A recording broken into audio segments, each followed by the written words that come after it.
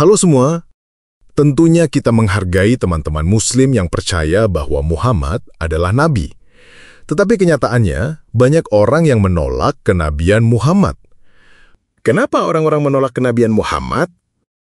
Pada video ini, kita akan menjelaskan kenapa orang-orang menolak kenabian Muhammad dengan penjelasan logis yang objektif. Jadi, simak video ini sampai selesai ya.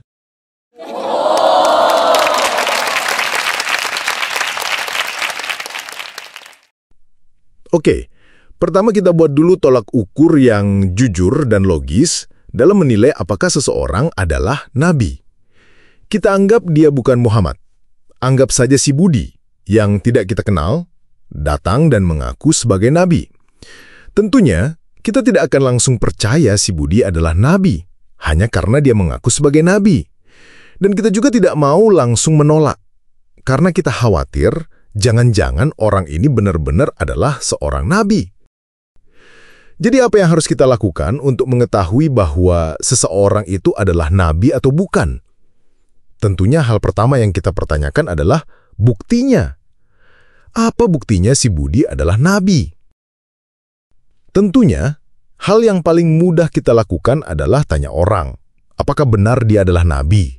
Tetapi kita tidak bisa hanya percaya kata orang. Kita tidak bisa hanya karena ada orang yang berkata, iya benar, si Budi itu nabi, lalu kita langsung percaya. Walaupun ada banyak orang yang berkata si Budi adalah nabi, kita tetap akan mempertanyakan, dari mana kalian tahu si Budi adalah nabi? Nah, karena katanya nabi diutus oleh Tuhan, tentunya kita akan minta tanda dari Tuhan, sesuatu yang tidak bisa dilakukan oleh manusia. Mujizat. Tetapi, kita juga perlu bersikap skeptis dengan mujizat ini, karena bisa jadi itu hanya trik sulap. Jadi apalagi yang perlu kita perhatikan selain mujizat? Tentunya, pesan yang disampaikan. Disebut nabi itu karena nubuat, menyampaikan sesuatu yang akan terjadi di masa yang akan datang. Kalau seseorang cuma datang memberikan aturan, itu tidak disebut nabi. Banyak orang yang buat aturan, tetapi mereka tidak disebut nabi. Mereka disebut legislator. Jadi seorang nabi itu harus menyampaikan nubuat, sesuatu yang akan terjadi di masa yang akan datang. Jika seseorang menyampaikan sesuatu yang akan terjadi, lalu apa yang dia sampaikan itu benar-benar terjadi, maka dia bisa disebut nabi. Tetapi jika apa yang dia sampaikan itu ternyata tidak terjadi, maka orang itu tidak bisa disebut nabi. Jadi apa yang harus kita lakukan? Lihat track recordnya. Lihat rekam jejaknya di masa lalu. Apakah dia pernah berkata sesuatu dan itu pernah terjadi? Dan apakah dia pernah berkata sesuatu dan itu tidak terjadi?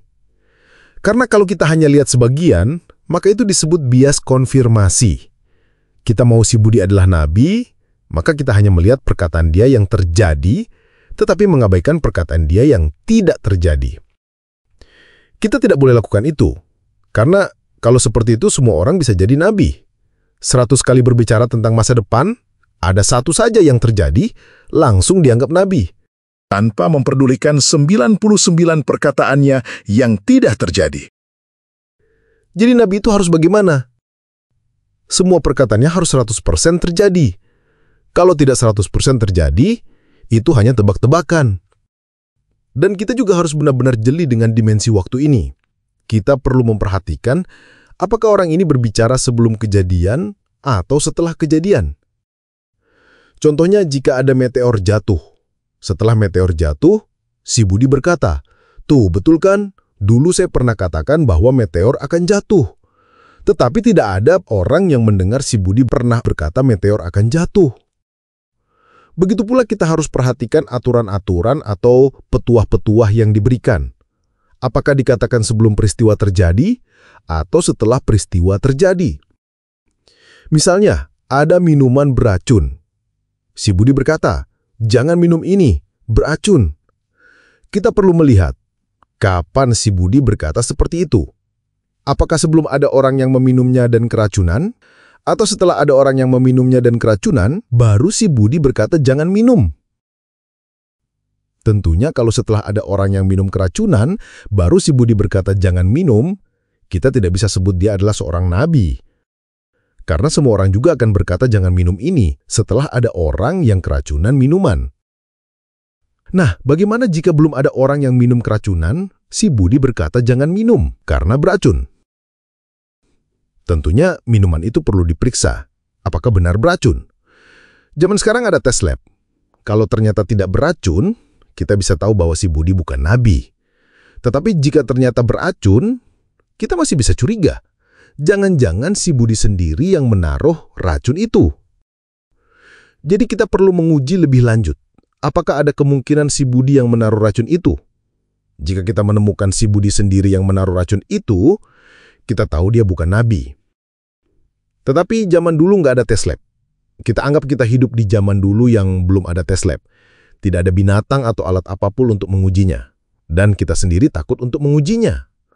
Yang paling aman ya ikuti kata si Budi. Percaya aja bahwa minuman itu beracun.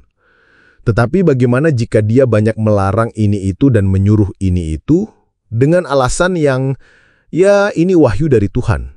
Tidak bisa dibuktikan. Tentunya kita perlu curiga.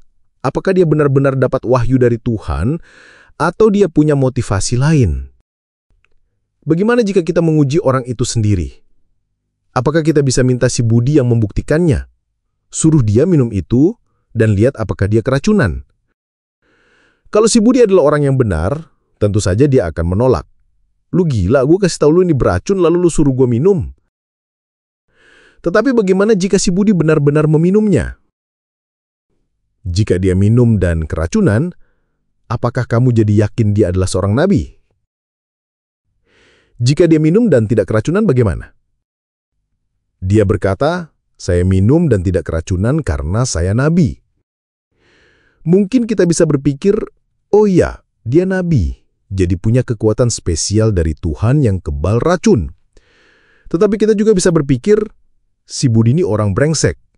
Dia bilang saya jangan minum itu karena beracun, padahal itu cuma trik supaya dia yang minum. Yang mana yang benar? Tentunya kita perlu lihat lebih lanjut tindakan dia. Apakah kemudian dia melarang dan dia sendiri melanggar lagi? Jika suatu saat si Budi melarang kita makan, lagi karena dia bilang beracun, kita bisa uji lagi, suruh dia makan. Kalau dia menolak, dia bilang dulu dia udah pernah buktikan bahwa perkataannya benar, kita bisa yakin kalau dia tulus mau kita terhindar dari bahaya. Tetapi kalau dia makan lagi, kita bisa yakin dia ini orang brengsek yang cuma mau menipu kita dengan rasa takut. Setuju ya? Nah, jadi kita punya 5 pertanyaan untuk menguji apakah seseorang adalah nabi dengan jujur dan adil. Yang pertama adalah, apakah ada saksi? Yang kedua adalah, apakah ada mujizat? Yang ketiga adalah, apakah ada nubuat? Yang keempat adalah, apakah nubuat yang disampaikan terjadi? Yang kelima adalah, apakah perkataan orang itu sesuai dengan tindakannya sendiri? Siapapun orangnya, kita uji dengan 5 pertanyaan ini, termasuk Muhammad. Dengan demikian, kita bisa mengetahui apakah Muhammad adalah nabi atau bukan secara jujur dan adil. Setuju ya? Yuk, kita mulai dari yang pertama. Apakah ada saksi bahwa Muhammad adalah nabi? Sekarang ini semua muslim tentunya bersyahadat, bersaksi bahwa tidak ada Tuhan selain Allah dan Muhammad adalah nabi. Tetapi apakah ada orang yang melihat Muhammad menerima wahyu? Apakah ada orang yang menjadi saksi Muhammad bertemu dengan Jibril? Mungkin ada teman-teman yang berkata, Warokah bin Naufal. Tetapi teman-teman perlu tahu, Warokah bin Naufal tidak melihat Muhammad bertemu dengan Jibril. Warokah bin Naufal hanya mendengar Muhammad sendiri yang berkata bahwa dia bertemu dengan sosok yang Muhammad sendiri tidak tahu siapa. Kemudian Warokah bin Naufal berasumsi bahwa itu adalah malaikat Jibril, berdasarkan pengakuan Muhammad. Sampai akhir hidupnya, tidak ada satu orang pun yang melihat sendiri Muhammad bertemu dengan malaikat Jibril dan menerima wahyu. Bagaimana dengan Al-Quran? Apakah kesaksian Al-Quran dapat dihitung sebagai saksi? Jawabannya adalah tidak, karena Al-Quran berasal Muhammad, yang artinya itu sama dengan pengakuan Muhammad sendiri. Sama seperti jika si Budi mengaku sebagai nabi, menulis di sebuah kertas, Budi adalah nabi. Kertas itu bukan saksi, tetapi pengakuan Budi sendiri.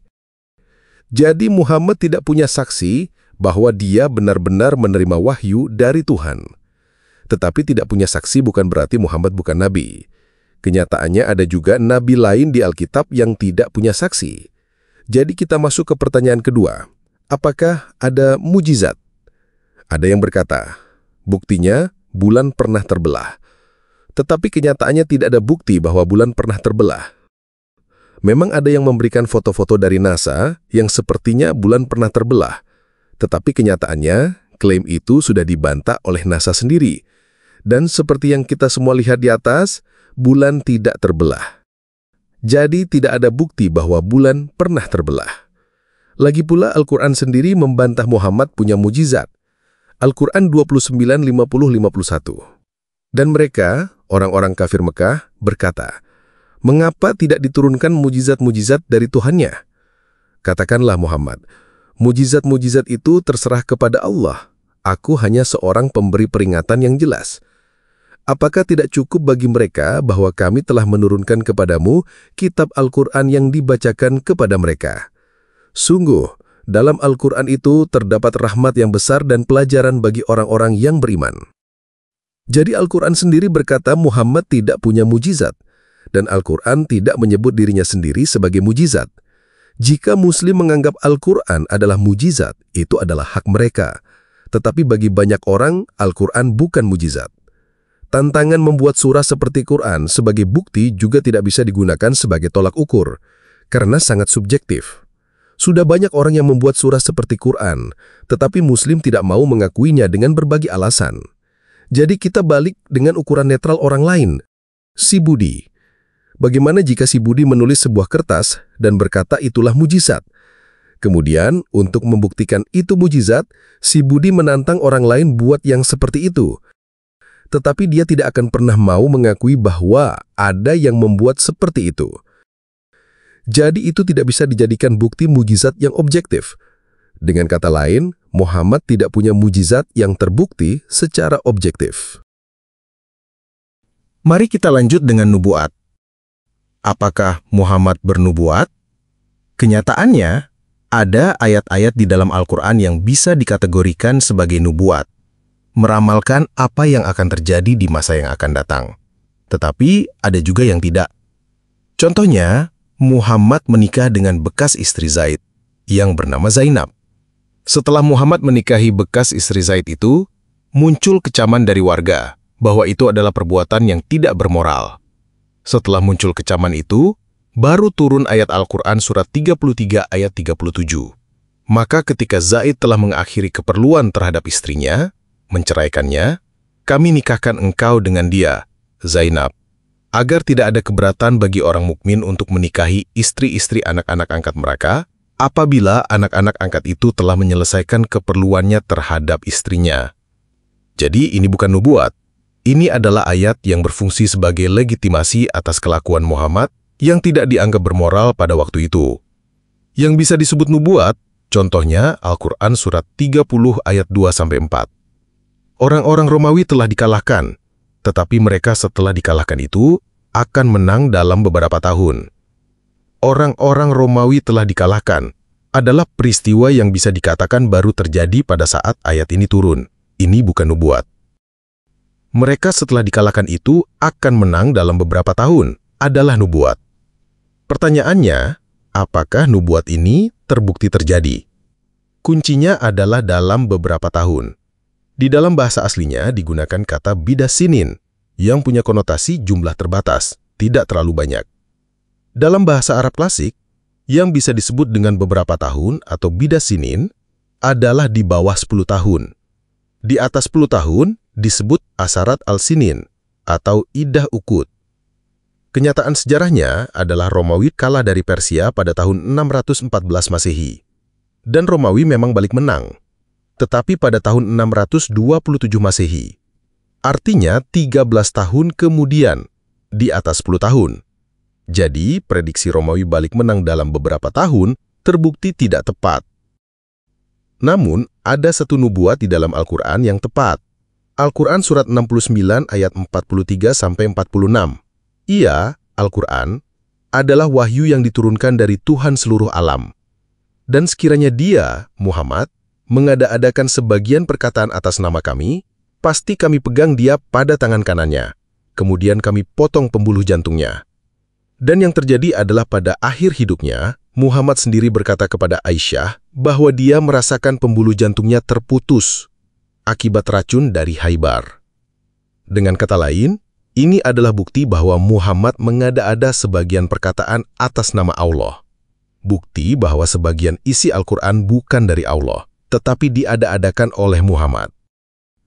Biasanya yang seperti ini tidak disebut nubuat, tetapi disebut kualat. Tetapi kalau ini tetap mau disebut nubuat, untuk berkata Muhammad adalah nabi, masih bisa. Tetapi nabi palsu. Jadi sudah 4 pertanyaan yang kita uji. Apakah Muhammad punya saksi? Jawabannya tidak. Apakah Muhammad punya mukjizat? Jawabannya tidak. Apakah Muhammad bernubuat? Jawabannya iya. Apakah nubuat Muhammad terjadi? Jawabannya tidak. Seharusnya, sampai di sini kita sudah bisa mengambil kesimpulan. Muhammad bukan nabi. Tetapi supaya lengkap dan lebih meyakinkan, kita lanjut ke pertanyaan terakhir. Apakah perkataan Muhammad sesuai dengan tindakannya sendiri? Yang pertama, Muslim tidak boleh punya istri lebih dari 4. Tetapi, Muhammad sendiri punya istri lebih dari 4. Yang kedua, Muslim tidak boleh menikah tanpa wali. Muhammad boleh. Yang ketiga, Muslim tidak boleh menikah tanpa mahar. Muhammad boleh. Yang keempat, Muslim tidak boleh kembali kepada istrinya setelah talak 3. Muhammad boleh. Selain 4 ini, masih banyak hal yang dilarang oleh Muhammad, tetapi dia sendiri melanggar. Dan setelah dia melanggar, turun ayat untuk melegitimasi kelakuannya. Coba teman-teman bayangkan, jika kamu beli minuman, si Budi datang kepada kamu berkata, "Jangan diminum, kata Tuhan itu beracun." Setelah kamu buang minuman itu, diam-diam, minuman kamu diambil si Budi, lalu dia minum sendiri. Ketika kamu tanya kenapa diminum, dia jawab, "Sekarang Tuhan berkata tidak apa-apa, sudah tidak beracun." Dan itu dilakukan berulang-ulang oleh si Budi. Menurut kamu, apakah si Budi adalah nabi atau orang brengsek yang memanipulasi orang menggunakan nama Tuhan? Menurut saya, orang seperti ini jelas bukan nabi, tetapi orang brengsek, penipu yang menggunakan nama Tuhan. Jelas ya? Jadi itulah alasan untuk menolak Muhammad sebagai nabi. Sekian video kali ini, Tuhan Yesus memberkati. Allah laysa kabir, Allah laysa kabir, واشهد أن هناك الكثير مع الله،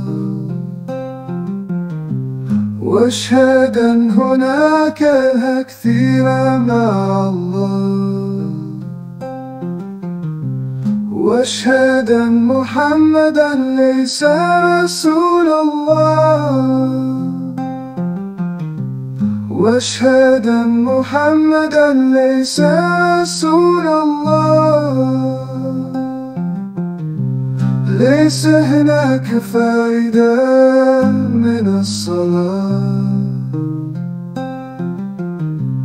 ليس هناك فائدة من الصلاة، وليس نحم النجاة، وليس نحم النجاة.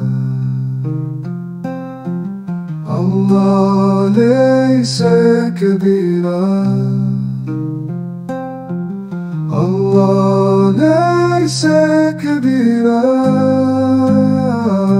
هناك كثيرا، جانب الله هناك كثيرا، جانب الله